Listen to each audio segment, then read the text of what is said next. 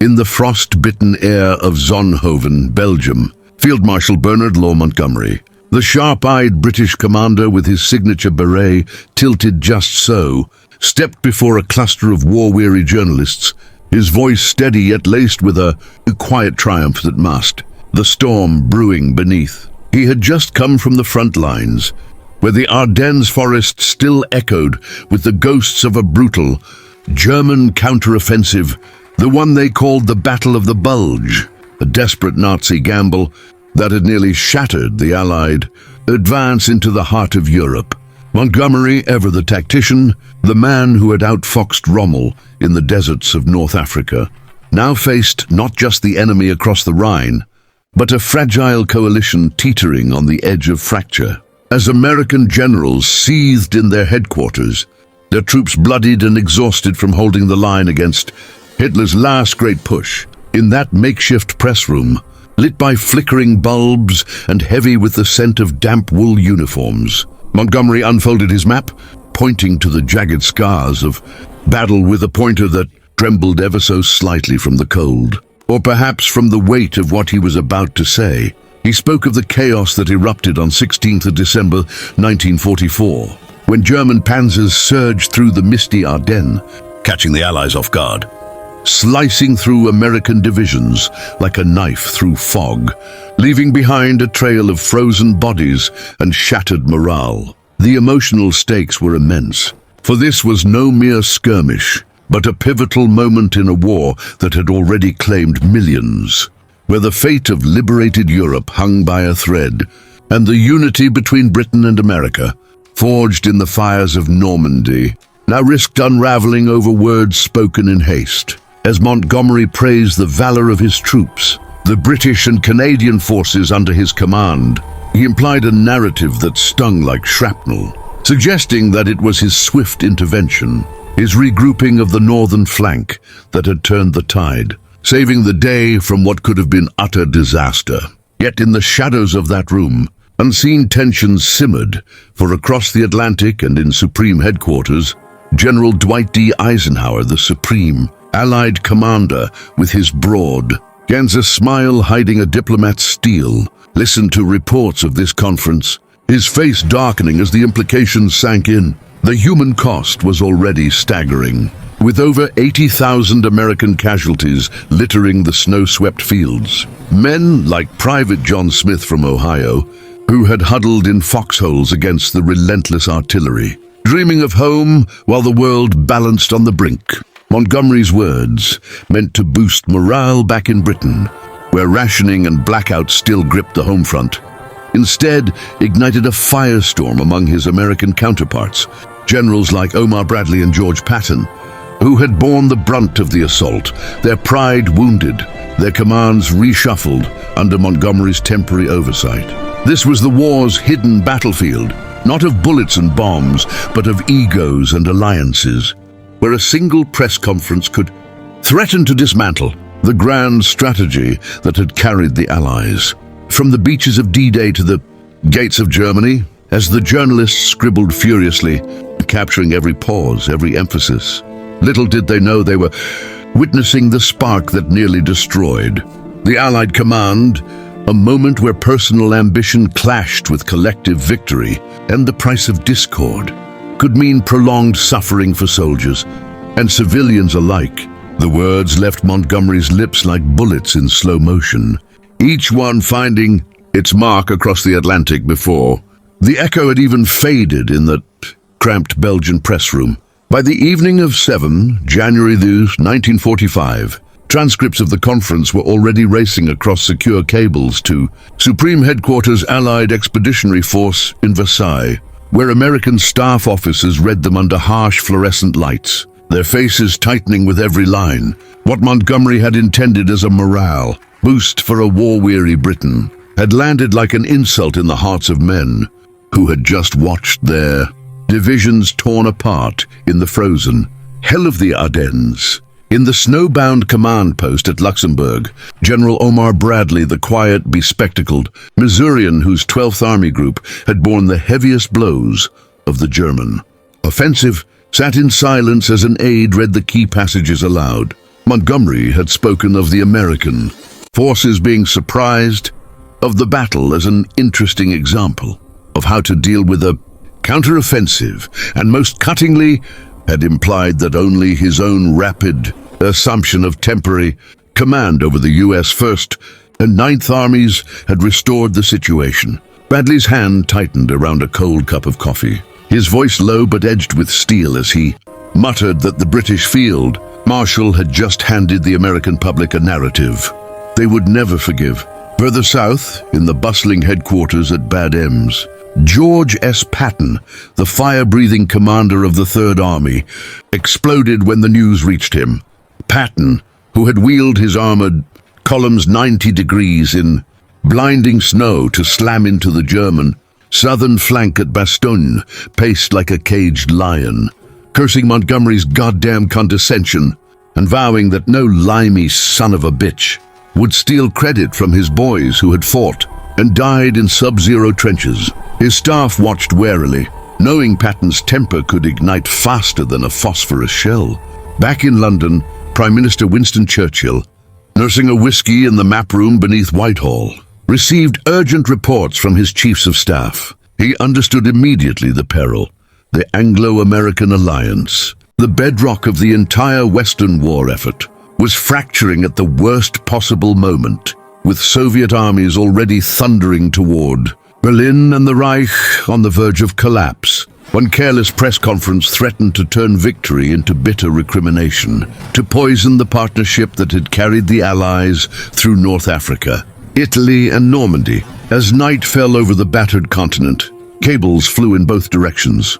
Tempers flared in hushed tones behind closed doors, and Eisenhower, the man tasked with holding this fractious coalition together, faced the gravest crisis of his command, not from Hitler's panzers, but from the pride of his own generals. In the grey dawn of 8th January 1945, Dwight D. Eisenhower sat alone in his office at Schaeff in Versailles, the weight of command pressing heavier than ever on his broad shoulders. A stack of newspapers and intercepted press clippings lay scattered across his desk, each headline screaming variations of the same poisonous theme. Montgomery claims victory in the Bulge. British general saves Americans from disaster.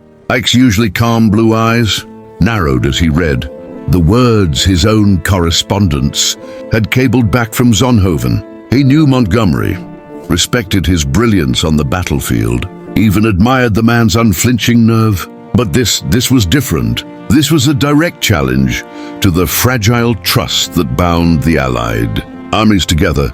Eisenhower lit a cigarette, the smoke curling toward the ornate ceiling of the old French hotel that now served as his headquarters. He thought of the boys still dying in the snow, of the frozen corpses stacked like cordwood along the roadsides in the Ardennes, of the mothers back home who would soon read that their sons had needed rescuing by the British. The political fallout was already gathering like a winter storm. Senators in Washington were sharpening their knives, isolationist voices whispering that America was once again carrying the load while others claimed the glory. If the alliance cracked now, with the Rhine still ahead and the Red Army closing from the east, the entire strategy for ending the war could collapse. By midday, a terse cable from General George C. Marshall, Chief of Staff in Washington, landed on Eisenhower's desk. Marshall, the quiet architect of America's war machine, made it clear the American public and Congress would not tolerate any perception that their soldiers were subordinate or incompetent. Resolve this, Marshall wrote, or face consequences that could reach the White House itself. Eisenhower exhaled slowly, knowing he had to act, but also knowing that sacking Montgomery, the hero of El Alamein and Britain's most celebrated field commander, would shatter Churchill's government and hand Hitler a propaganda gift he could only dream of.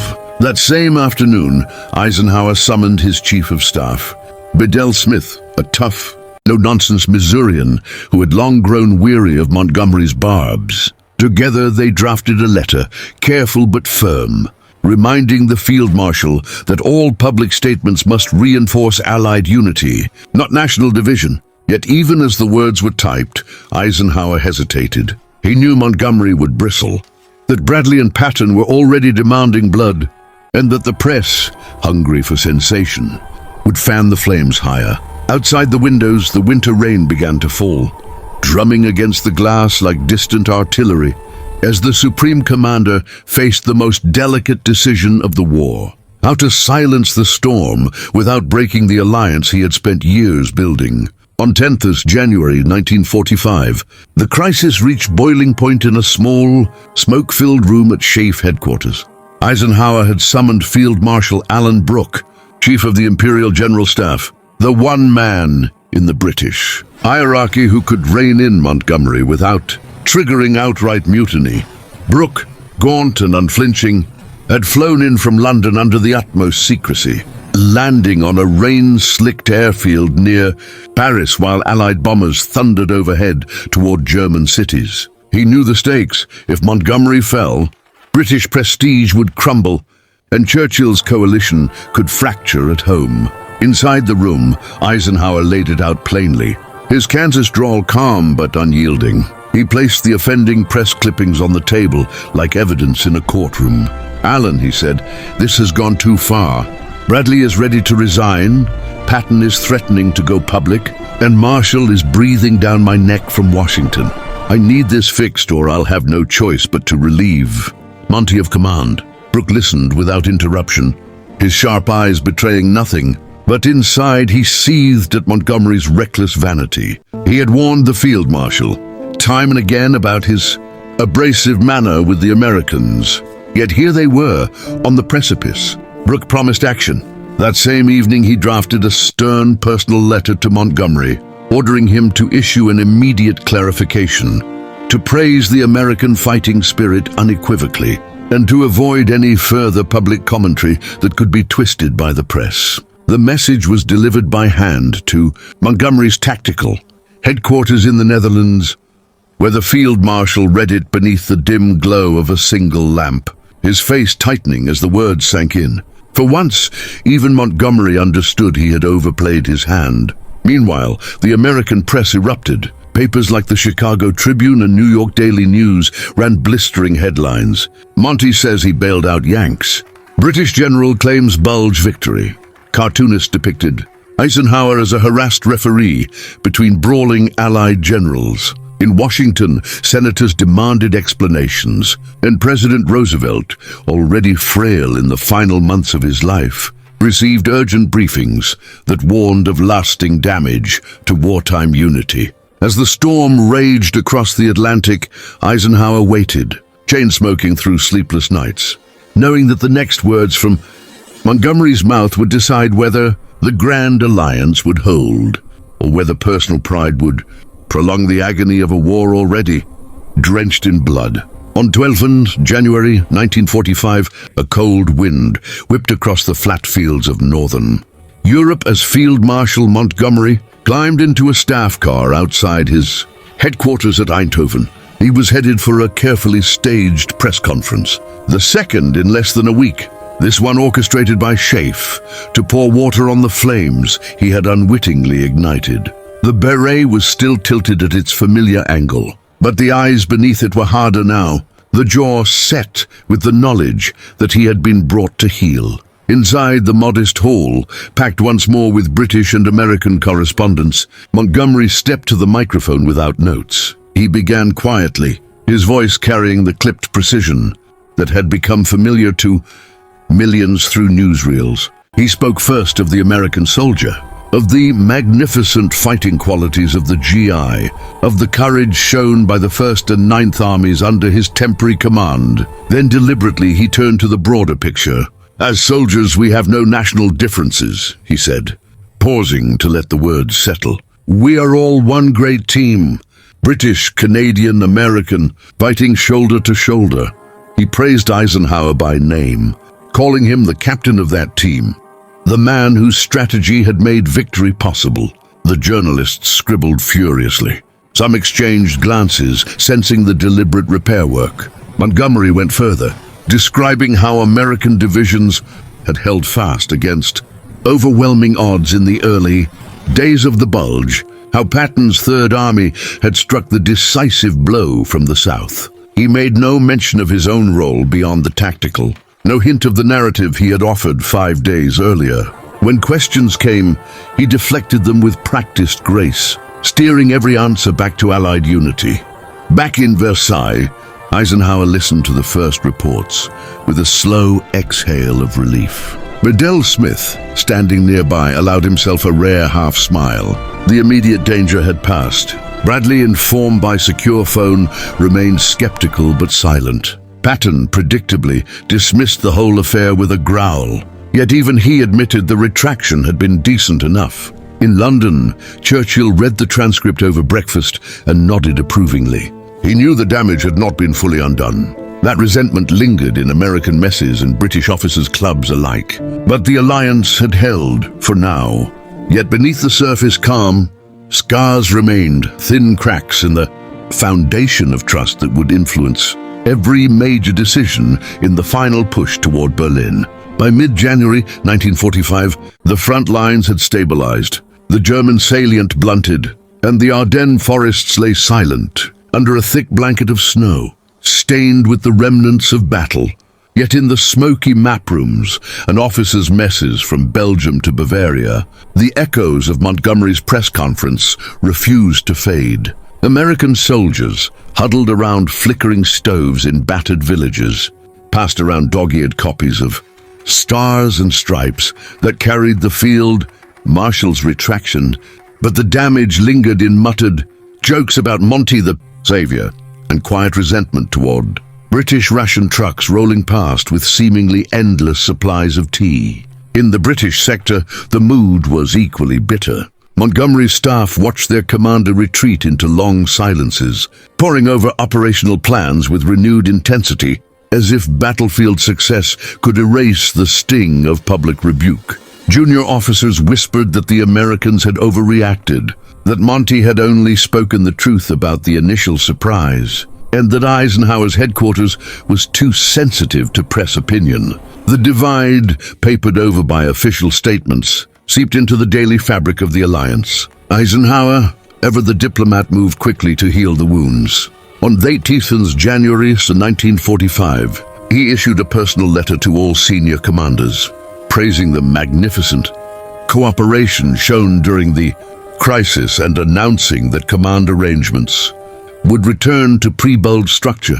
Bradley would regain control of the 1st and 9th Armies on 20th January. The move was calculated, a clear signal that Montgomery's temporary authority had ended, restoring American pride without public humiliation. Churchill, sensing the lingering poison, took the extraordinary step of addressing the House of Commons on 18th January.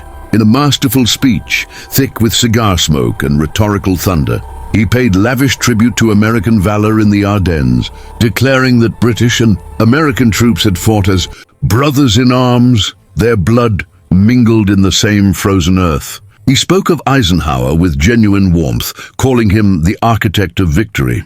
The chamber rose in prolonged applause, and the words were broadcast across the Atlantic, soothing raw nerves in Washington. Yet even Churchill's eloquence could not fully erase the scar. The episode had exposed the fragility of coalition warfare, where national pride could flare as dangerously as enemy artillery. As February 1945 bled into March, the Rhine River loomed ahead like a final, icy barrier between the Allies and the heart of the Reich. The scars from Montgomery's press conference had not healed. They had merely been buried under the urgent rhythm of advance. In planning sessions at Schaeff, American generals now spoke to their British counterparts with a cool politeness that masked deeper mistrust. Proposals from Montgomery's 21st Army Group were scrutinized more harshly. Alternatives from Bradley or Patton given greater weight. Eisenhower, sensing the shift, worked tirelessly to balance the scales, but the damage was done. On Desfield, March 1945, fate handed the Allies a gift. Elements of the U.S. First Army under Courtney Hodges seized the Ludendorff Bridge at Remagen intact, a miracle that opened a sudden doorway across the Rhine. The news electrified headquarters. Patton, ever eager, pushed his Third Army across further south days later. while Bradley's forces poured through the Remagen bridgehead. Montgomery, whose meticulously planned Operation Plunder was set for $23 March, watched as the Americans stole the thunder he had long prepared for. In private, Montgomery fumed. He had spent weeks assembling the largest artillery barrage since El Alamein, coordinating airborne drops, amassing assault boats under strict secrecy. Now the headlines belonged to the Americans. Yanks cross Rhine first.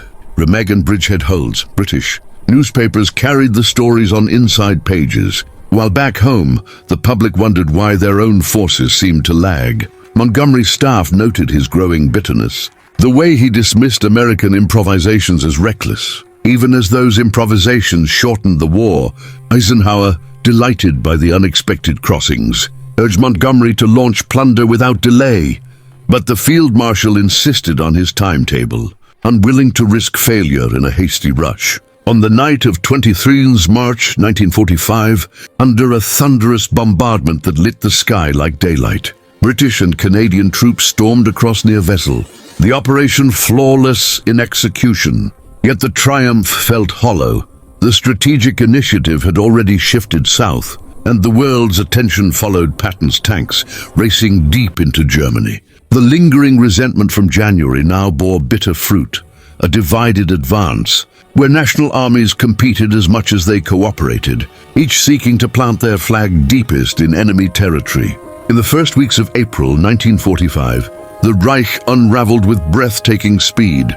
Allied armies surged forward on every front, encircling entire German army groups, liberating concentration camps whose horrors would scar the world forever, and racing toward the Elbe River, where they would soon link up with the Soviets. Yet amid the collapse, the ghost of that January press conference still haunted. The final decisions of the war. Eisenhower, now directing the endgame from his advanced headquarters at Reims, faced mounting pressure from both sides. Montgomery, commanding the northern thrust, pushed hard for a concentrated drive on Berlin, arguing that his 21st Army Group, bolstered by fresh Canadian and British divisions, was best positioned to seize the German capital before the Red Army. He wrote long, detailed memoranda to Chef, laced with tactical arguments, but underpinned by a deeper need to restore British prestige, to prove that the setbacks of the Bulge and the Rhine crossings had been anomalies. Across the map tables, Bradley and Patton argued fiercely against it. They saw Berlin as a political prize already promised to the Soviets under earlier agreements, a ruined city not worth the lives it would cost. More importantly, they distrusted any plan that placed the decisive blow in Montgomery's hands. Patton, in particular, made no secret of his contempt, telling aides that he would rather piss on the Brandenburg Gate myself than watch Monty parade through it. Eisenhower listened to both sides, his face impassive, but the memory of January weighed heavily. He could not risk another fracture, not when victory was weeks away. On 15 April 1945, Eisenhower made his choice. He cabled Montgomery clear instructions: halt at the Elbe, secure Lübeck and the Baltic coast to block Soviet access to Denmark, but do not advance on Berlin. The capital would be left to the Red Army. Montgomery received the order in his caravan near the River Weser, stared at the message for a long moment, then folded it without comment. Those close to him saw the disappointment etch deeper lines into his face. The decision rippled outward. Churchill pleaded in vain for a reconsideration, warning Roosevelt and then Truman that letting Stalin take Berlin would shape the post-war world for decades. But Eisenhower held firm, prioritizing coalition harmony and the lives of his soldiers over symbolic glory. In the end, the lingering wound from a single press conference had quietly altered the final map of Europe. On Paris, May 1945, in a modest red brick schoolhouse on Lüneburg Heath, Field Marshal Montgomery sat across from a small delegation of German officers led by Admiral Hans-Georg von Friedeburg. The room was stark, lit by weak spring sunlight filtering through dusty windows, the air heavy with the scent of defeat. Montgomery, immaculate in his battle dress, accepted the unconditional surrender of all German forces in northwest Germany, Denmark and the Netherlands. It was a significant moment, Yet it felt almost anticlimactic, a prelude to the larger capitulation still to come. 4 days later, on 8th of May 1945, Victory in Europe Day dawned across the continent. Crowds surged through London's streets, dancing beneath fluttering Union Jacks, while in Paris and New York, millions poured out to celebrate the end of the long nightmare. Churchill addressed the nation from Downing Street, his voice thick with emotion. Eisenhower broadcast from Reims, praising the shared sacrifice of every Allied soldier. Yet even in triumph, the shadow of that January press conference lingered, like a faint discord in the victory chorus. Montgomery received his knighthood soon after, elevated to Viscount Montgomery of Alamein, honored for El Alamein and Normandy as much as for the final campaigns. But in the American histories pouring from the presses, the Bulge remained an American battle, won by American grit under American command. Bradley's and Patton's memoirs, when they came, carried subtle barbs, reminders that temporary arrangements had been just that. British accounts, in turn, emphasized Montgomery's steadying hand, quietly nursing the grievance that their commander's contributions had been unfairly diminished. The episode never erupted into open rupture. Eisenhower's steady leadership had seen to that. But it left an indelible mark on how the war's final chapters were written and remembered. National narratives diverged, where once they had converged, each side claiming its full share of glory while downplaying the others. The alliance held long, enough to crush the Third Reich. But the cracks exposed in January 1945 shaped the post-war world in quiet, lasting ways, in the tone of military cooperation, in the writing of history, in the subtle distancing that foreshadowed the Cold War alliances to come. One careless hour before the microphones had nearly torn apart the command that won the war, and though disaster was averted, the echoes never fully silenced.